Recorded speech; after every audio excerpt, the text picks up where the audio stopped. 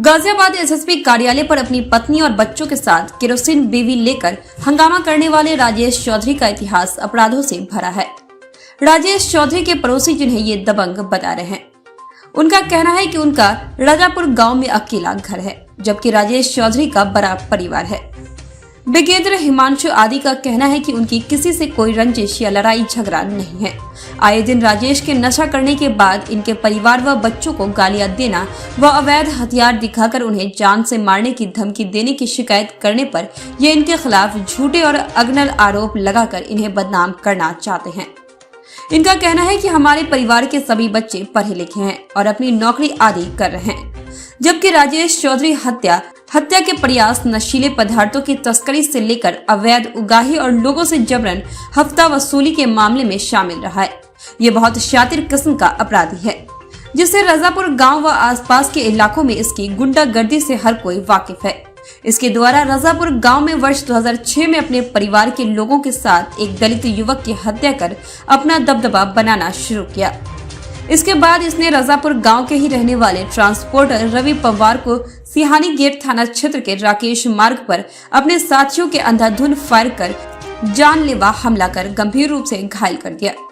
इसके बाद इसने इलाके में लोगों से हफ्ता वसूली और रंगदारी वसूलनी शुरू कर दी। कविनगर औद्योगिक क्षेत्र की गैस एजेंसी से सालों तक गैस सप्लायरों से वसूली की और गैस रिफिलिंग की चोरी कराई। इसके साथ ही इसने और इसके भाई ने बंटी ने सूदखोरी का धंधा शुरू किया, जिसमें इन्होंने गरीब लोगों से मनमाने तरीके से बयास की मोटी रकम वसूली।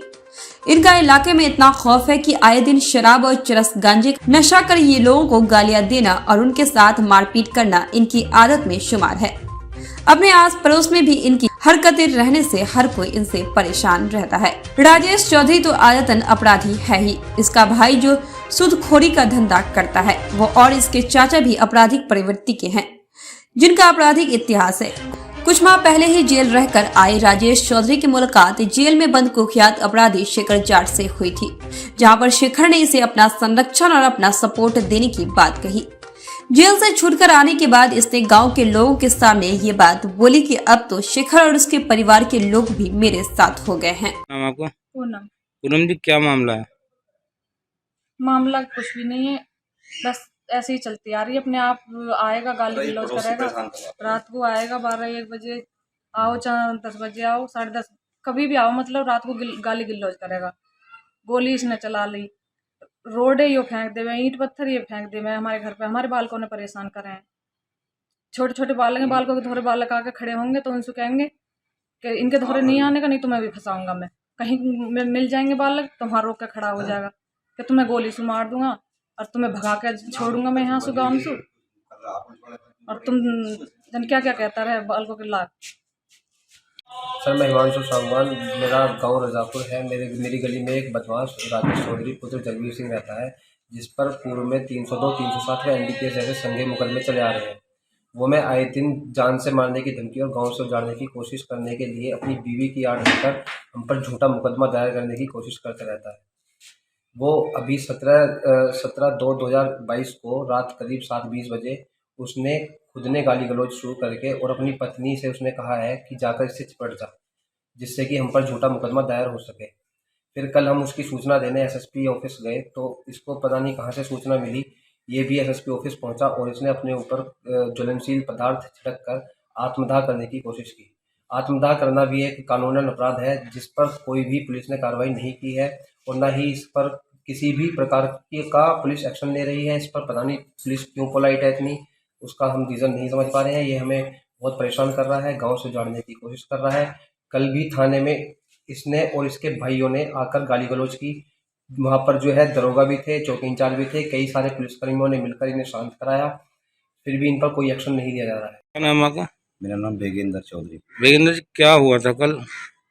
कल कुछ भी नहीं हुआ, ये ज़बरदस्ती अपना आप ही जाके इसने हंगामा शुरू करा है और ये 8 साल से हमें परेशान कर रहा है। 2019 में इसने मेरे घर पे पहले गोली भी चलाई, उससे पहले भी धमकियाँ दे रहा जान से मारने की मुझे बार बार। मेरे बच्चों को परेशान करता है, मेरे बच्चे पढ़ने लिखने वाले हैं, कहता है तो आत्महत्या कर लो या गाँव छोड़ दो, भाग जाओ इससे। और रोज़ रोज़ हमें धमकियाँ मिलती हैं, रोज़ रोज़ कहता है कि मैं तुम्हें झूठे केस में फंसा दूंगा, ये कर दूंगा। हम बहुत परेशान हैं। हमें हमें मदद नहीं कर रहा कोई भी। आपने इससे पहले कोई मुकदमा भी दर्ज कराया है क्या? हाँ, इसके ऊपर 2 मुकदमे कराए 2020 में। किस मामले को लेकर? वो पिस्टल, इसने हमारे भतीजे का पिस्टल लगाई और झगड़ा करा, जान से मारने की धमकी दी कि या तो आत्महत्या कर ले या जान से मार दूंगा, काम छोड़ दे, ऐसा ऐसा बोलता है। और इस पे करीब 7 से 8 मुकदमे हैं, जिनमें 307, 302 एनडीपीएस और भी धाराएं हैं, कई सारे मुकदमे हैं इस पे। और हम बहुत परेशान हैं। हम तो अकेला परिवार है हमारे इस गाँव के अंदर। इंक्वायरी कर लो, पता कर लो खूब। और मेरे बच्चा एक 10th क्लास में है, एक 12वीं क्लास में है। ठीक। और हम